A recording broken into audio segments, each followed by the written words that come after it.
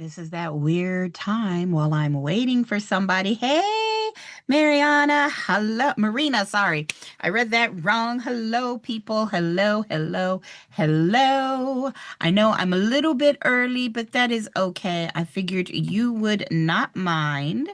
And let me share my screen so we can get right into this. So, boop. Now that I figured out there has to be an order to it all, I can't. I hope everybody is having an amazing day. All right. Here, I've got that. And let me make sure I have my chat here. So, you miss me. Oh, you don't have to miss me. You get me twice a week. You don't have to miss me. You get me twice a week.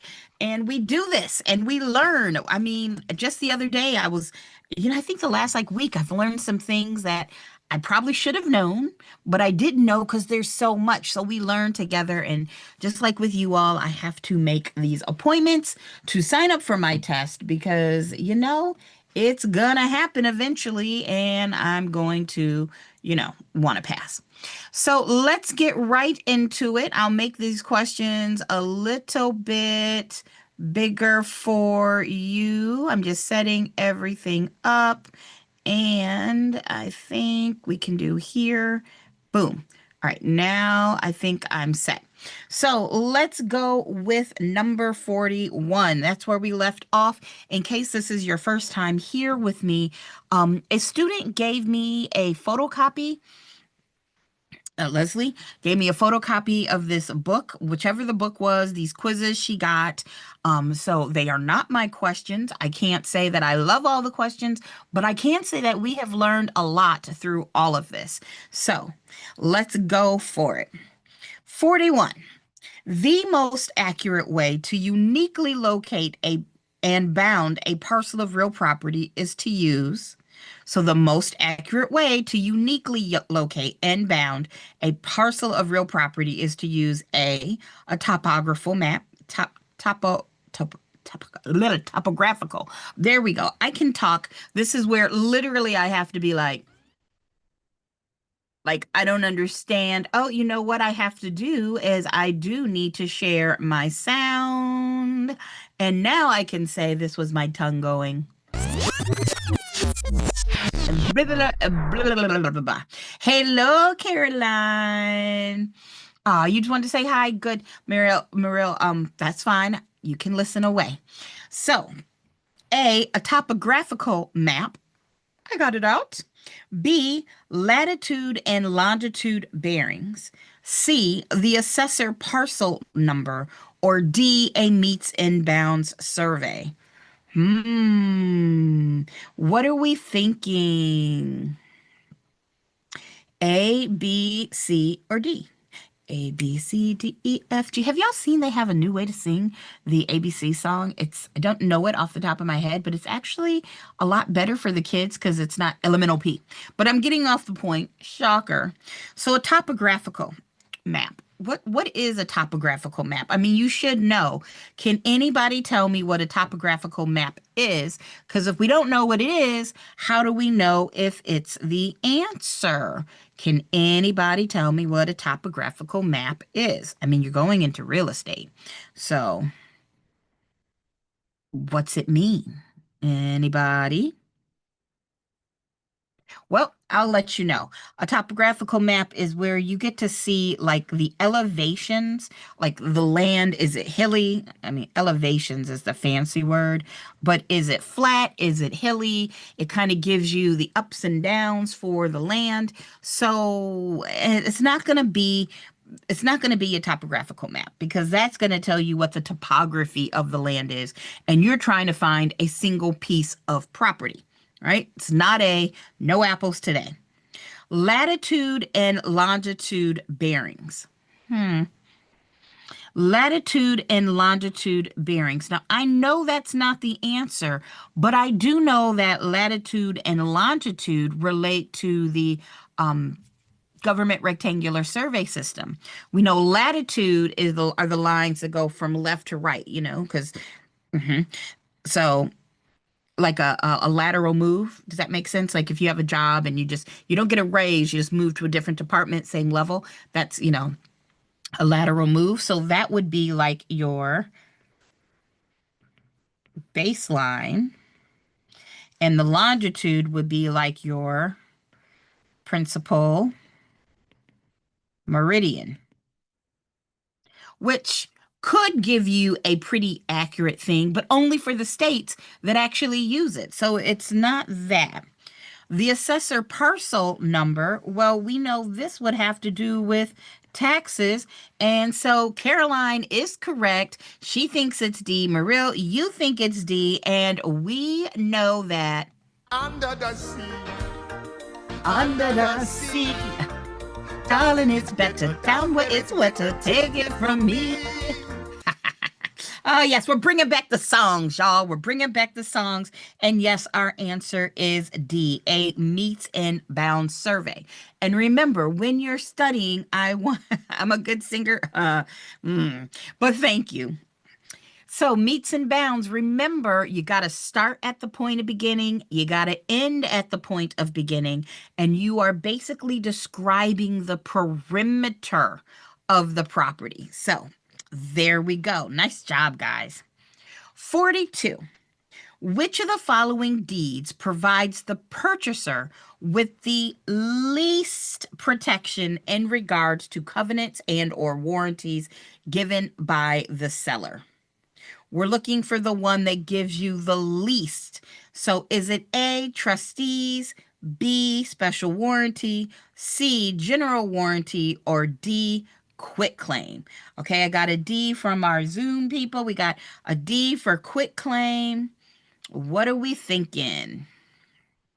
We got another D, and that's correct. The answer is D, quitclaim, because it's under the sea. Now, love it. Love that you all knew that it was D. Are we good with general warranty, special warranty, and a trustee's deed? These are great vocab words. We know trustee's deed is going to be used in a title theory state. And if you don't know what that means, just ask me. Let me know. Is it a title theory? Do you know what it means? Is it a special warranty deed? We know that's going to be limited in the time. And the general warranty deed, of course, covers everything. Love it. All right, 43. When money is escrowed each month to cover annual payments of insurance and taxes, the mortgage is called A, a blanket mortgage, B, a budget mortgage, C, a graduated payment mortgage, or D, a growing equity mortgage. What are we thinking? It's gonna be, well, it's not a blanket mortgage. We know a blanket mortgage is when there's 1+ parcels, or I should say 2 or more parcels of land. That's a 2. And that's what we usually get if you're an investor and they're coming in and they want to be able to sell them. So it's not a blanket mortgage. I do like budget mortgage, and I do know that budget is one of those synonyms for when I see budget mortgages, I think PITI. It's like they're doing the budget for you. That is the correct answer. Because remember, when you pay PITI, the P and the I is the principal and interest. The T and the other I are taxes and insurance. They don't trust you to do your own budget and have the money to pay when it's due. So what do? They go in and they say, all right, well, we'll budget it for you. Give us 1/12. So I know this is the answer. Our answer is B, budget mortgage, right? Hey, Vivian. A graduated payment mortgage, well, that just graduations or when it goes up. Those payments go up, go up, go up, versus a growing equity mortgage is where how much equity you are paying each month goes up, although your interest may stay the same each month. So these are, oopsie, those are not the answer, but once again, great vocab word. Love it. All right. 44. The term that describes the percentage of the appraised value of a property that a lender will finance is called.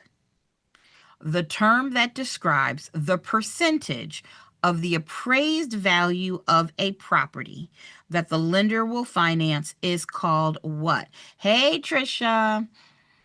Anybody have an idea? Is it A, the loan to value ratio, B, the owner's equity, C, the certificate of reasonable value, or D, capital investment? What are we thinking? Well, I'm going to go ahead and I'm going to eliminate. Let's see, what am I going to eliminate? I'm going to eliminate owner's equity. Because the owner's equity is just what is the value in the house that doesn't belong to the bank if you were going to sell it. So we know it's not owner's equity. I know it's not C, certificate of reasonable value, because that is the VA appraisal. That's the fancy word for the VA appraisal. Yep, not happening. So then we have capital investment or loan to value ratio. Maybe A, okay, loans. Yep, there you go. Caroline, I need you to be trust yourself. Have faith in yourself. Yes, the answer is loan to value ratio. A capital investment, I mean, I'm assuming that it's an important investment, but that doesn't have anything to do with anything. But loan to value ratio, okay, we're talking about the percentage of the value that the lender will finance. Well, what the lender's financing, that's your loan, and we're comparing that to the value. So loan to value. And again, study vomit. I always want you to study vomit. What do you know about these things? We know it needs to be at least 80%, or you're going to be paying PMI or MIP. Very good. Nice job. Nice job. Okay, I see y'all. All right. Math. We're not mathing today. Oh, but that does remind me. It is official. We are going to math together. We're going to finish those math problems on 10, 12, 25 at 4 p.m. So if you are interested in coming to this, email me for that link, because it's not going to be open on YouTube like I do this. It'll be a small group. So email me at CandiceEllis@gmail.com, and that will get you the link to that session. So email me. It's free. I'll give you the answers. It will be awesome. And yay. All right. 46. Commercial banks prefer.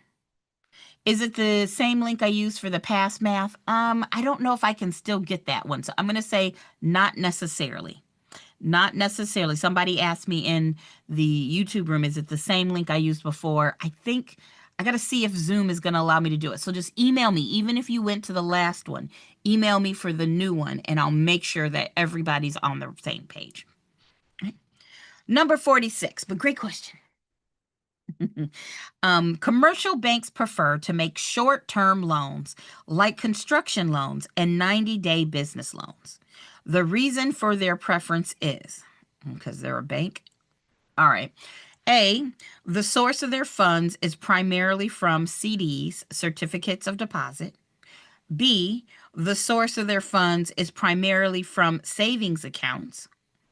C, the source of their funds is primarily from checking accounts.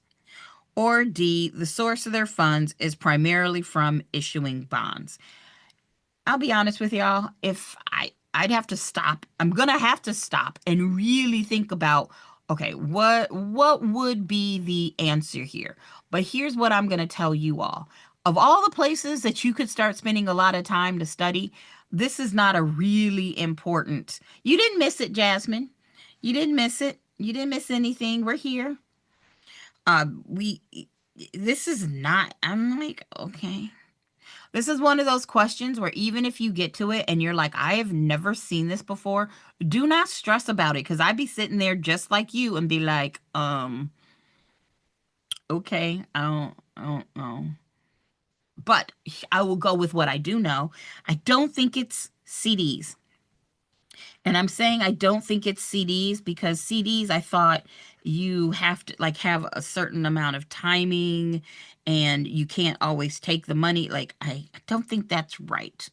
So, and I don't think if you issued a bond, people would be giving you money and then you pay them back. So I don't think that's right either. I'm down between B or C. And I got no clue. The source of their funds is primarily from savings. I'm going to guess C. I'm going to guess C because it seems like checking accounts might have more than savings accounts in America because it's hard to live. It's out hard out here in these streets, right? It's hard out here in these streets. I don't know. I'm a guess C. I could be completely wrong. It could be B. Heck, it could be A or D. I don't know. But that's what my gut says. Again, I'm not going to worry my brain too much on this one because C is for cookie. That's good enough for me. I mean, and since C is for cookie, I mean, we got to go. C is for cookie. That's good enough for me. All right, I'm going with C. Let me check the answers. Got to pull it up because there's no cheating. There's no crying in baseball. The answer is C, but let me read you what it says. Since a bank's funds are by definition short term, that is, from checking accounts, otherwise known as demand deposits, the bank prefers to make short term loans. Okay, I think what they're basically trying to say, hey, Trisha, I see you said C as well. Um, I think what they're trying to say is when you put money into a savings account, it's a demand account, I'm sorry, a checking account, meaning you can go in. If I put $1,000 in today, I can go on Monday and get my $1,000 back. So my guess is what they're trying to say is they don't want to do savings accounts um, because it probably doesn't have as much money, but I don't know. I guess they want to make short-term loans in case somebody wants it, in case because people in checking accounts might want it faster, they might want their money sooner. Maybe that's why they want to do short-term loans. I don't know. We're just gonna go. You said we still have 2 links to join Zoom. Which one am I using? Caroline, I am using right now the one that says 2799. Meeting ID 862-7112-2799. I would put it in the chat for you, but I can't. So look for the one that the meeting ID it ends with 2799. All right. I don't know, guys. This is where. Oh, and Jasmine, you asked where could I get these questions from? These were just an email from a student. They wanted me to go over some of them, so they're not. I don't even know where these questions came from. Besides, the student gave them to me. All right, 47. Upon the buyer signing the sales agreement, a licensee is obligated to give a copy to the who? So upon a buyer signing a sales agreement, and remember when we're doing this, make sure we're looking to see, did I get the details? This isn't the buyer signing the agency agreement. This is the buyer signing the sale agreement. Hey, I want to buy a house. A licensee is obligated to give a copy to, we got the buyer upon request, the buyer by law, the buyer after the seller signs, or the lender. I'm going to assume every state is going to say, if you're a buyer, you should have a copy of what you signed. I don't think it's upon request. I mean, you probably should give it upon request, but obligated. If you're obligated, it's probably because of the law. And I'm thinking, not the lender, right? Because the buyer signed the sales agreement. It's just an offer. We don't even have a contract. So it's not the lender yet. And the buyer after the seller signs, yeah, I'm going to go with B. And I know that B has got to be the right answer because your buyer needs to know what they signed, right? So it's not going to be after the seller signs. That's going to be a general rule. I'm going to guess that most states are going to say, hey, your buyer signed a contract, any type of paperwork. They should have a copy so that they can look it over even after they signed. That's my guess. All right, number 48. It is, oh, and that is true. That is the right answer. Boop. And I just want to make sure everybody understands why it's a better answer than C. I mean, truly, somebody should get it even once it becomes a contract too, but it's an offer. You said super off topic in a way, but I've been a real estate intern for a few months and have learned so much beyond the books, and you love it. Jasmine, I love that. I mean this in a good way. I don't mean it in a snarky, oh, I love that for you. But I do love that for you. I think that is great. You're able to take what we talk about here and see how it applies. I do love that. Yay. And the fact that you love it means you'll love the real estate industry, just as an industry, as a career. 48. It is said that a deed transfers title when the deed is.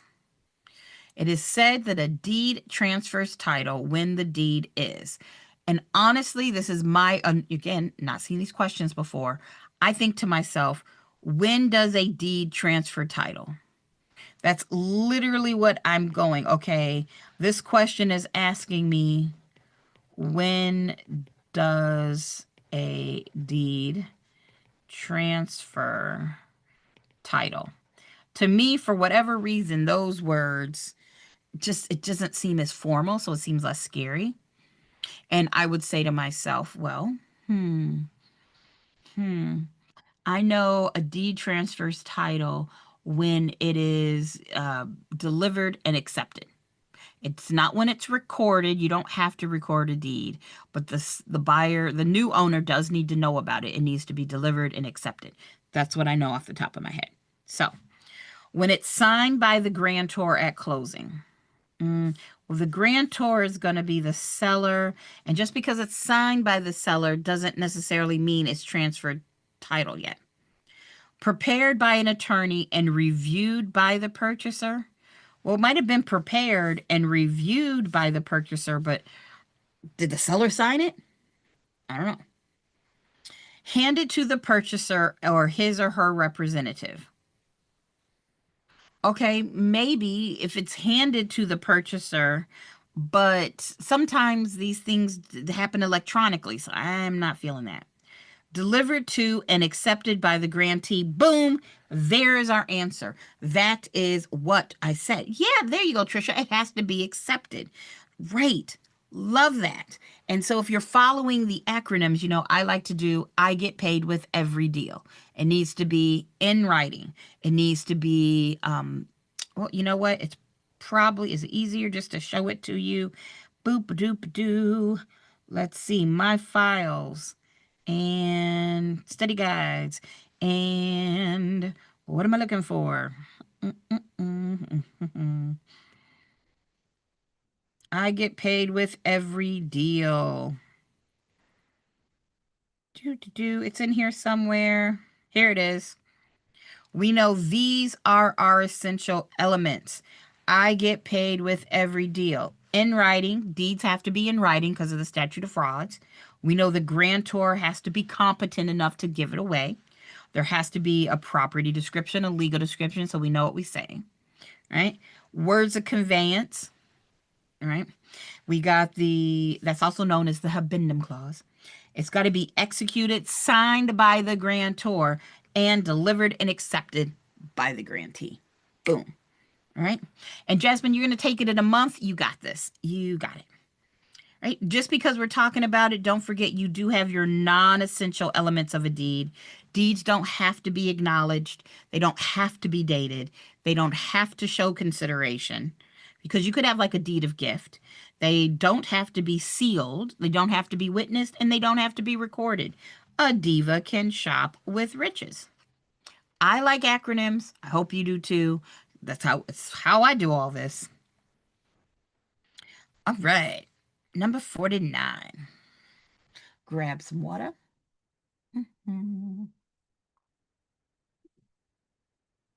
You have a hard time memorizing as well. Yeah, there's so much. There's so much. Whew. I'm with you. Trisha said she has a hard time memorizing as well. So having the acronyms helps a lot. Good. 49. I don't know if you all do TikTok, but I'm waiting for us to get to number 67 so I can be like 6, 7, like the teenagers do right now. But we got a while to go. Well, we'll get there. A buyer wants to purchase a home. However,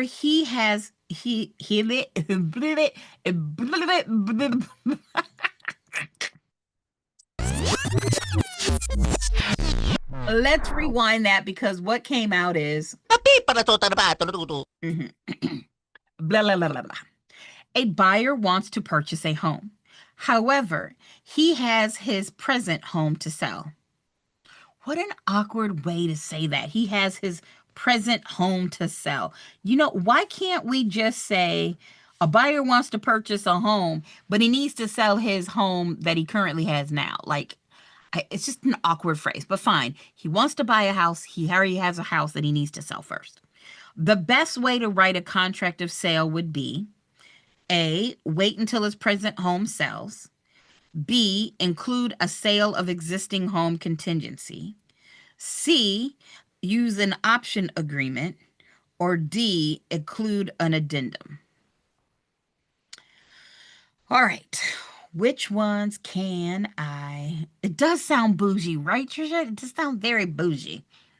What can we do? I can eliminate an option agreement because we know an option agreement is one where if I'm the buyer, I might say to Vivian, hey, Vivian, I may want to buy your house before December, but I also don't want anybody else to buy your house. So here's a set amount of money so that for the next couple months, if I want to buy it, you promise to sell it to me. We've already figured out how much it's going to be, but you've promised to sell it to me. And if I don't buy it, then you just keep this money I gave you. That's not what this would accomplish. So we know it's not C, not an option agreement, which, by the way, is unilateral. I don't like A. Wait until his present home sells, because what if the house is gone? That doesn't sound like fun. So we get to include a sale of existing home contingency or include an addendum. Well, we got to think about the difference between an addendum and a contingency. An addendum is when you add something like your lead-based paint addendum. You know, it's another page to the contract. And a contingency is where you give somebody an out. A contingency is, hey, we're under contract, but if something happens or doesn't happen, I have an out. I personally would go with a contingency because at least we're under contract.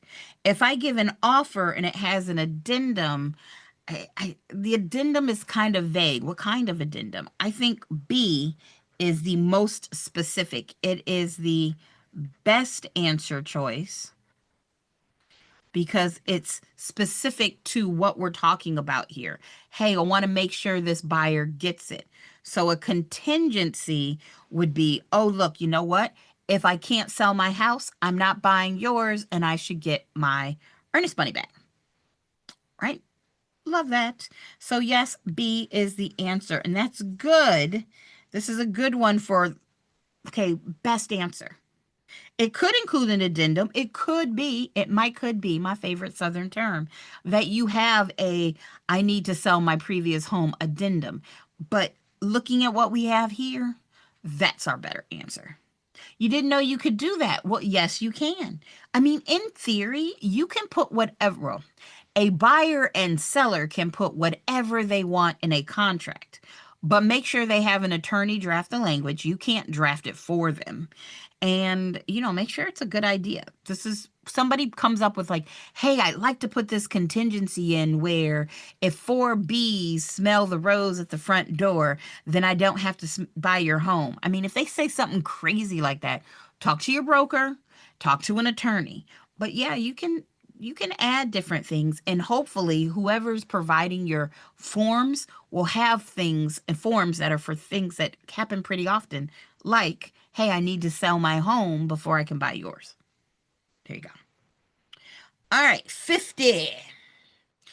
If a contract for real estate is vague in its basic terms, a court would hold that it is A, binding on the offeror, B, unenforceable, C, valid against all parties, or D, invalid until rewritten by an attorney. I probably shouldn't say this, y'all, but I just really don't like these questions. I feel like this is a question for an attorney. I mean, do we need to know that a contract should not be vague? Yes. But if it is, I need you to call an attorney. It is not our job as real estate agents to be like, "Oh, I'm sorry, this is invalid. No. There's got to be a better way to test on this. But let's go with it. If it's vague in its basic terms, I'm going to assume that it's not going to be enforceable, binding on the offeror. I just don't believe that it's going to be. It's going to be unenforceable. Okay, I like that one. Valid against all parties. Well, that doesn't even go together. A contract is either valid or void, and it could be valid and then made voidable. So valid against all parties, it would be enforceable or unenforceable against all parties. That's a mix of terms. Invalid until rewritten by an attorney. No. B is, of course, our right answer. Ah, I'm bringing home a baby, bumblebee. Won't my mama be so proud of me? I miss that song. So yes, our answer is B, unenforceable. And just as a review, guys, remember, because I just said it, and I said the other day, I've really been studying this valid versus voidable and void. A contract is either valid or it's void. Right? Now, if it's valid, it could be enforceable. It could be unenforceable, or it could be voidable. So if it's valid, it just means, hey, I've got all the criteria. I've got everything I need to be a contract. But just because it is officially a contract, it might be missing something. It might be unenforceable. It might be like the statute of frauds. If it's not in writing and it's a transfer of real estate, then it's not going to be enforced in court. So there you go. 51. The market data approach, otherwise known as the sales comparison approach, may require adjustments of sole comparables by an appraiser for all of the following except. Well, so if you're using the sales comparison approach, there may be adjustments of sole properties except for one of these. So one is not adjusted. That's not how you spell adjusted. And 3 could be.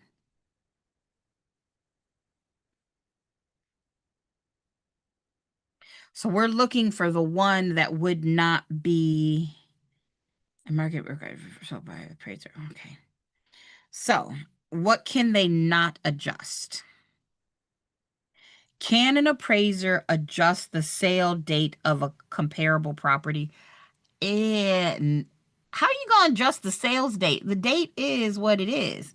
So I think this is our answer. I don't think an appraiser can change the sale date of a comparable.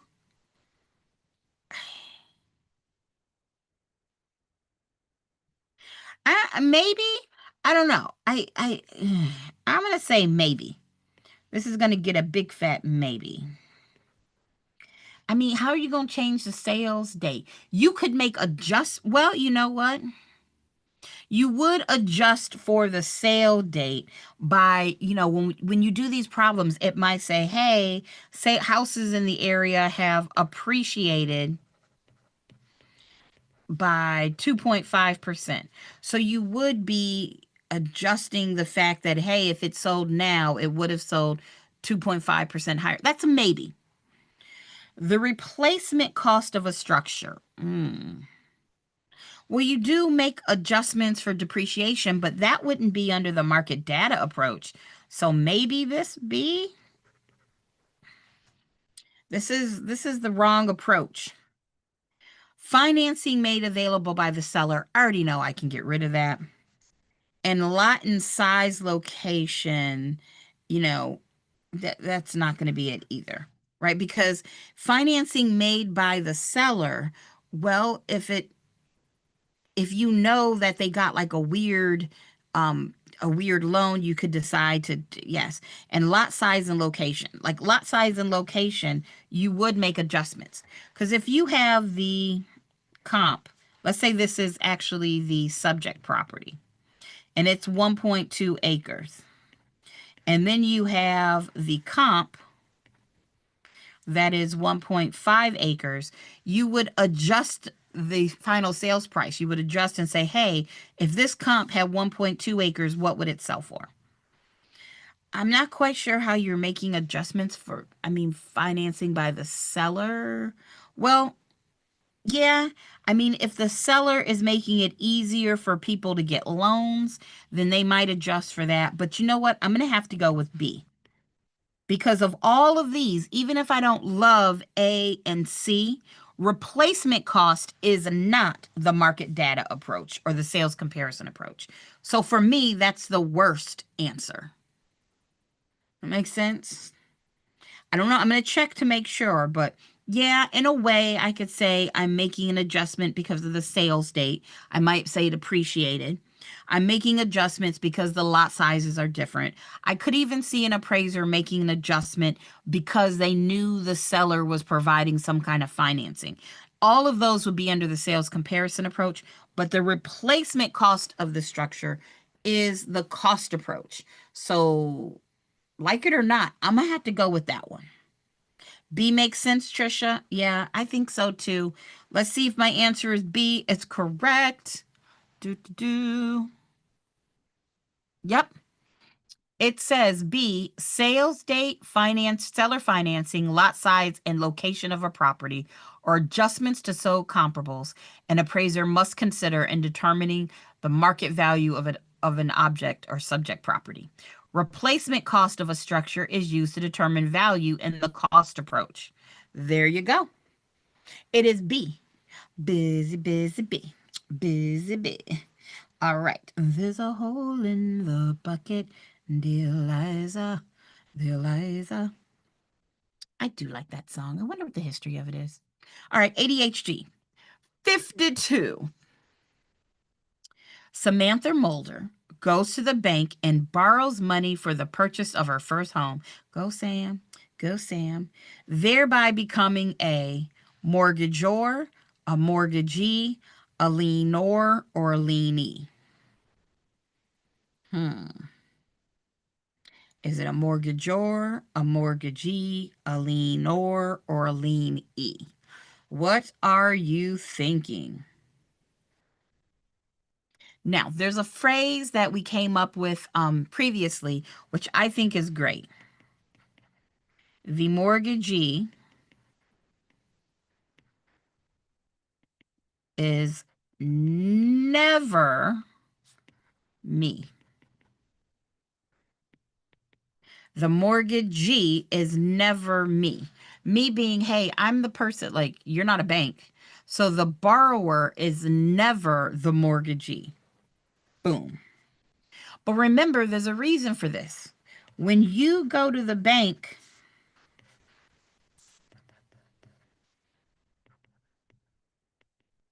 you want the bank to give you money.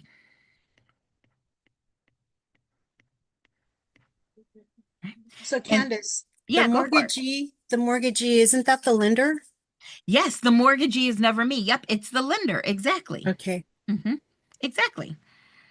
And then what we have is you are giving either a lien or a deed of trust.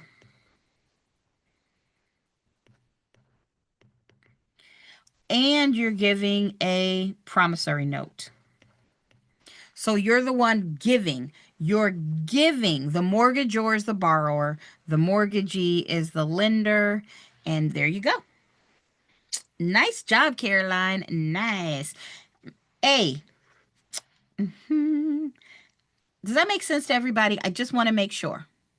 I just want to make sure we're all good with this. This is most definitely, this is going to be something everybody needs to know for the test. Go for it, Caroline. What were you going to say? I was gonna say, yes, I agree. Yeah.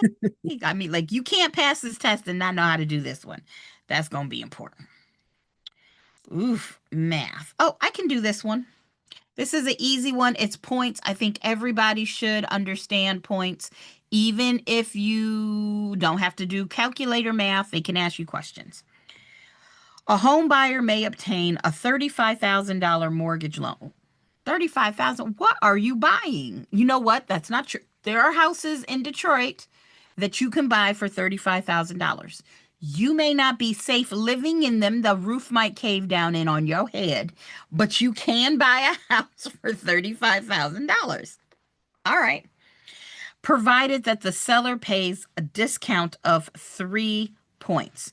What is the amount of the discount? Well, 1 point is equal to 1% of the loan amount. So 3 points would be 3% of the loan amount. So if I do 3% of $35,000, I'm going to get a calculator.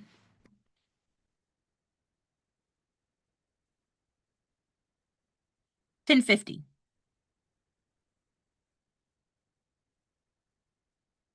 Now, just so you all are aware, your teacher might have told you to say, hey, if 1 point equals 1%, then I could do 1% times $35,000, and that would give me, what is that, that would be $350, I think. So 35,000. I don't like moving the zeros and the decimals either, y'all, times 1%. Yeah, 350. So that means you'd have 350 plus 350 plus 350 because you got 3 points. Or I could have done 350 times 3. Either way, it's all going to get you to 1050. Making our answer B as in boy.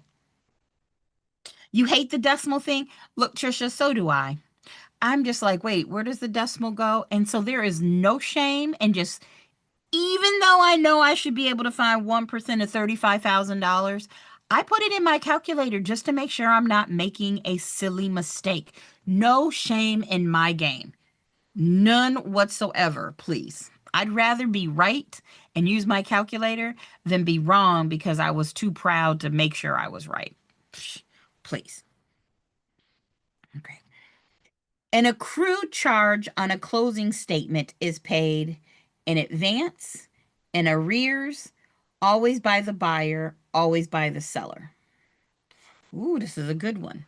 An accrued charge on a closing statement. You're melting your brain cells. Hey, you know, right? An accrued charge on a closing statement is paid in advance, in arrears, always by the buyer, always by the seller.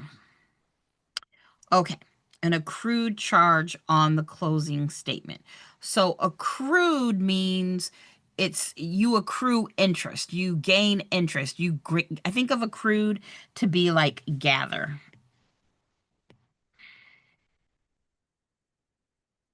Right? I've gathered it. So it's something I've gotten. So that means I already did it. I don't think it's in advance because if you pay something in advance, you haven't done anything. You haven't accrued it yet. You haven't used it yet, right? You said said always by the seller. trying to think. I can think of accrued interest is paid for by the seller. I'm trying to think what would be paid that was accrued by the buyer. I think it's this always that's getting me. Always, is there anything that could be accrued by the buyer that could be paid for on an, huh? Hmm. Hmm. Something you paid.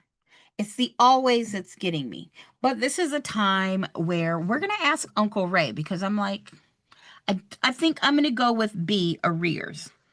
Because if it's accrued, that means you've already done it. You're paying it it's something you paid in arrears after you used it. But for the life of me, I can't think of what would be paid accrued for a buyer on a thing. So let's ask the source. Let's ask Uncle Ray.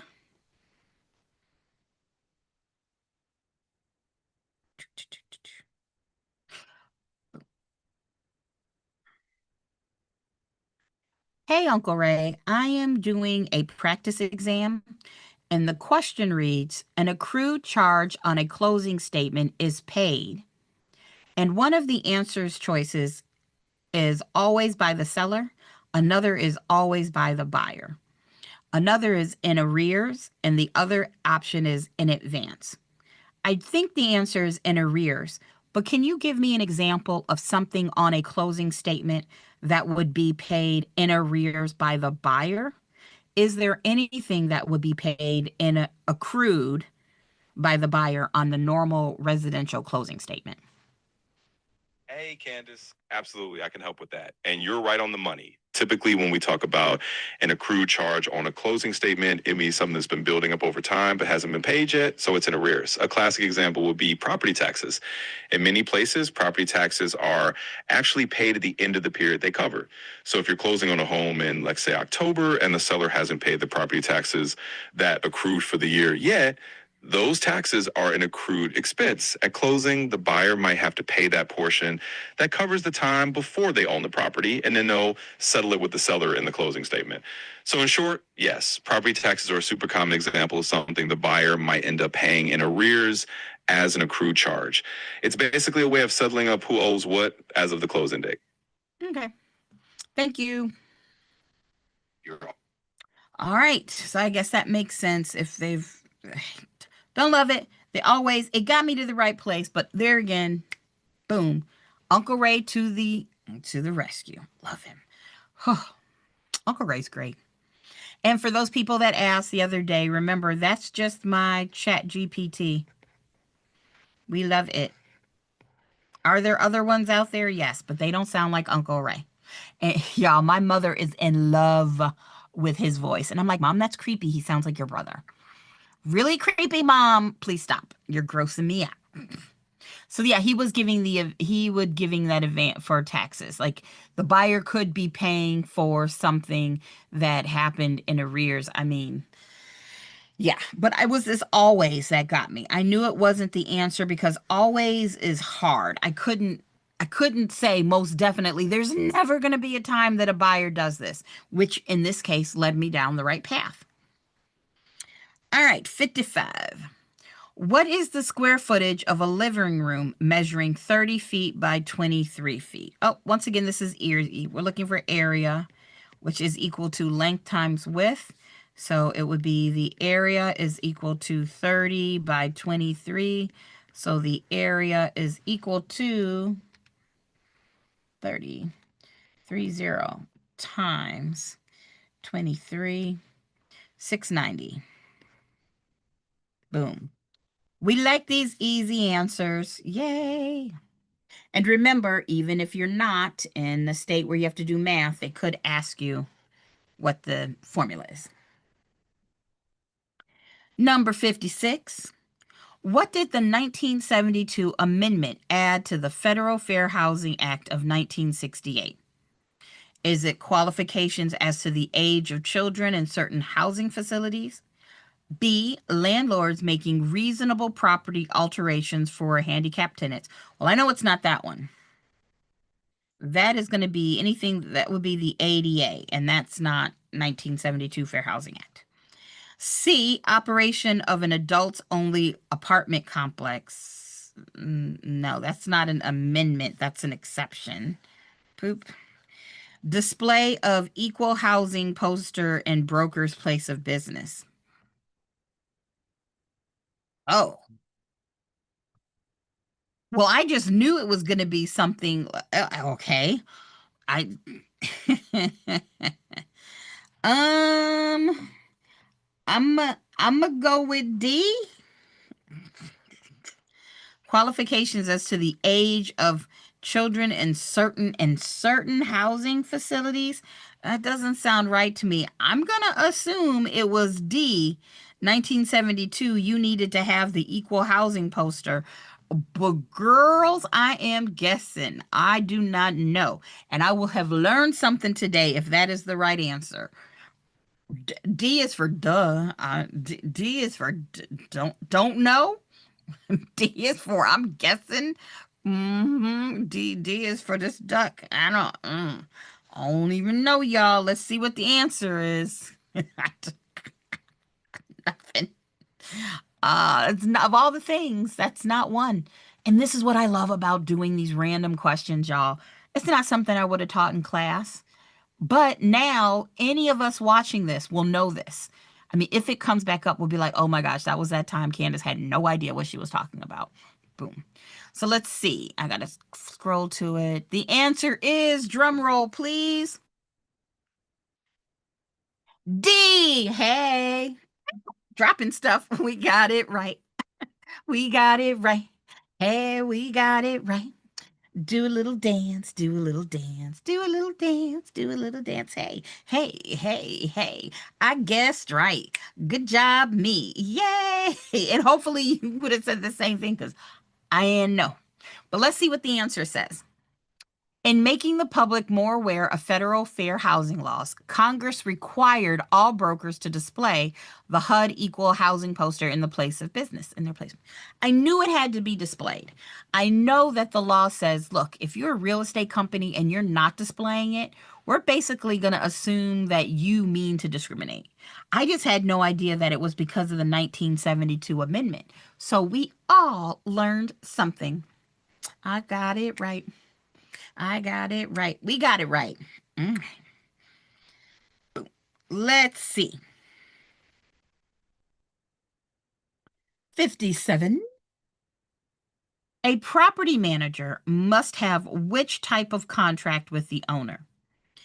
A lease listing agreement, a management agreement, a lease agreement, a multi-peril agreement.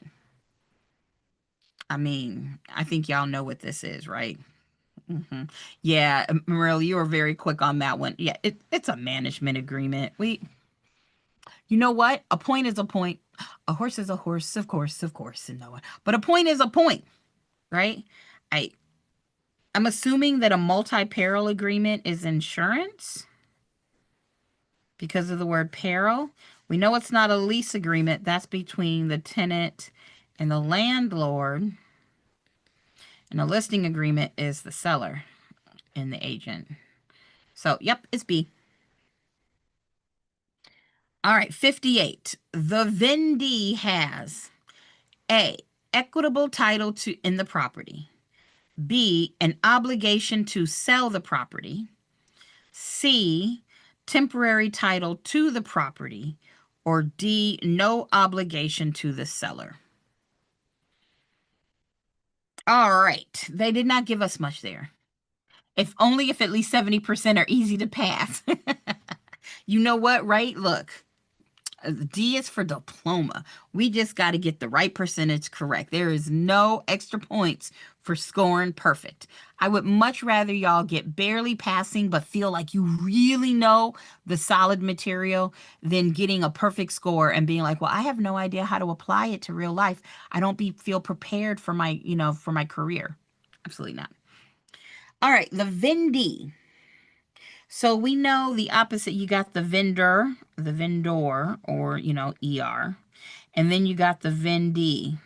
So this would be the seller, and this would be the buyer. So if you're a buyer of real estate, you don't have an obligation to sell the property because that would be the vendor. Temporary title of the property, no. No obligation to the seller. Well, no, if you're the vendee, then you're going to have to pay. So the question is it equitable title or is it temporary title? And we know this is something you should recognize, this equitable title. And this is probably when we're talking about change colors here, a land contract. And sometimes that'll be called an installment. Oh, installment. Installment land contract. So that's where it's kind of like layaway. You're paying in installments. You don't get a loan. Normally, you would get a loan from the bank. So if I'm selling my property to Caroline, Caroline goes to the bank. She gets $300,000. She pays me the $300,000. I give her title free and clear. In an installment land contract, I go, hey, for the next 5 years, Caroline, you're going to make these payments. And we'll keep paying, you'll keep paying, you'll get paying, keep paying. And after the 5 years, and I'm just choosing 5, it could be any amount. After, those 5 years, then I would give you title. But what Caroline would get is equitable title, the right to claim that title from me in 5 years when she finishes paying. So boom, there we go, equitable title. All right, 59. I think let's do 59 and 60, and then on Wednesday, we'll pick back up on 61. 59. Under the Truth in Lending Act, otherwise known as, Candace, pull it together, TILA. Lenders are required to provide borrowers with a statement disclosing the essential cost involved with borrowing. If your clients are buying a new build, which item will not be disclosed to them?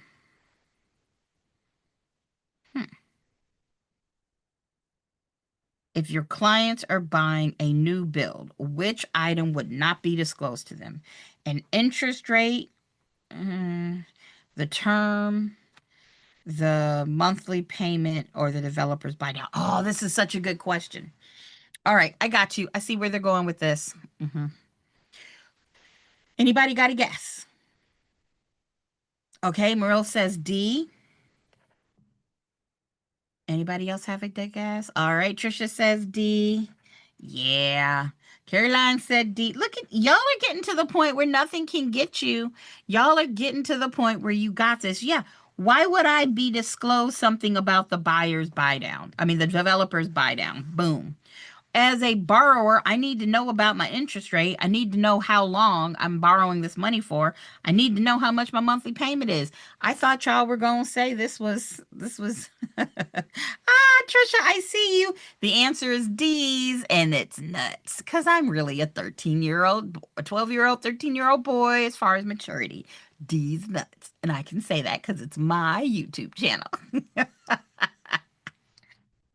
All right. I just knew that was going to, be a little difficult, but y'all should have more faith in y'all. Y'all got this. Whoa. I'm going to do 60. I'm just going to do it because I said I would. And it is the NOI income approach. So I'll just let you watch me do it and ask me questions if you have it. An appraiser estimates annual rental collections on an investment property of $99,000. The vacancy factor is 5%, and operating expenses run 30% of gross income. A similar investment should generate return on investment of 15%. Using the income approach to value, what is the market value of this property? I'm not even going to lie to y'all. When I see a question like this, and I know I can do it, I'm like, why are there so many freaking numbers? But then I go, Candace, you can do this. So first I'm going to go, all right, I know the formula. Value is equal to NOI, net operating income, divided by the cap rate. Now, NOI is going to be the money that comes in annually after vacancies and expenses. So it said this property brings in $99,000, but we need to less this 5%. And so I can do that. This is your gross. And I need to less that 30%. So 5% of 99,000 is, let me see,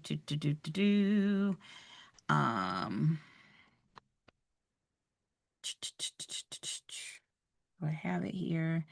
Let's see, 99 times 5% would be 49.50.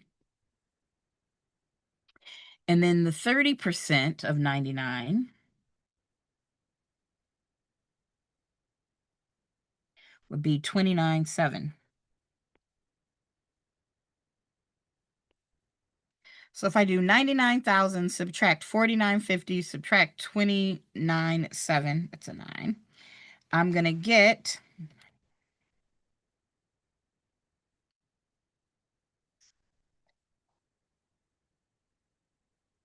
I got, assuming I can calculate, 64,350. Is that what you all got? I don't know. Well, this would be our NOI because it's our net income after expenses, after vacancy. Yes, you might bring in $99,000, but it takes money to make money, which means you got to subtract that out. So now I can take my NOI, 64,350, and divide it by my cap rate,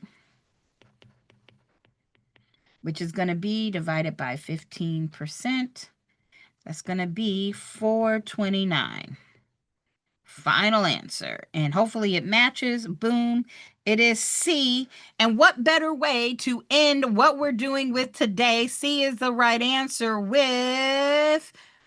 I like carrots, and you should too. It goes crunch, crunch, crunch, and it's good for you. Look at that, carrots. And you should too. It goes Crunch, crunch, crunch. C is our right answer. We got it right. Woo-hoo. And with that, boys and girls, we are done for the day. I hope this helped. Remember, I'll be back on Wednesday. I'll be back on Friday. And then on Sunday, we will finish our math. That's Sunday, the 12th, 10/12. Choose a different color. Math is on 10/12/25 at 4 p.m. Eastern, right? And just email me. Okay. I got to remember that. Email you. Yeah, email me. All right, Thank you, everybody. Candace. Oh, man, you are so welcome. Everybody have a great weekend. I got to teach, but y'all enjoy your weekend from me, and I'll see you next week. Bye, everybody. Okay, bye.